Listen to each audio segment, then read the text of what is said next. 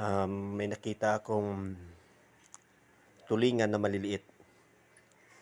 Gagawin nating sinaing na tulingan. Yung patitinik niya makakain natin. Walang tapon. Malambot ang tinik. Gawin natin. Ayan na siya sa pressure cooker. Nilagyan ko ng tuyo, sibuyas, bawang, paminta. After 1 hour, titingnan na natin siya.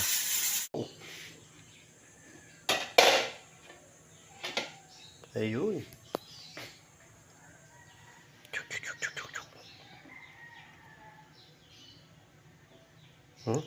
Lambot. Yun, lambot. Sobrang lambot ng tinik. Pati tinik pwede kainin. Yan, ito na siya. Pati buto. Buto, tinik pala. Makakain yung tinik, sarap. Sinaing na isda.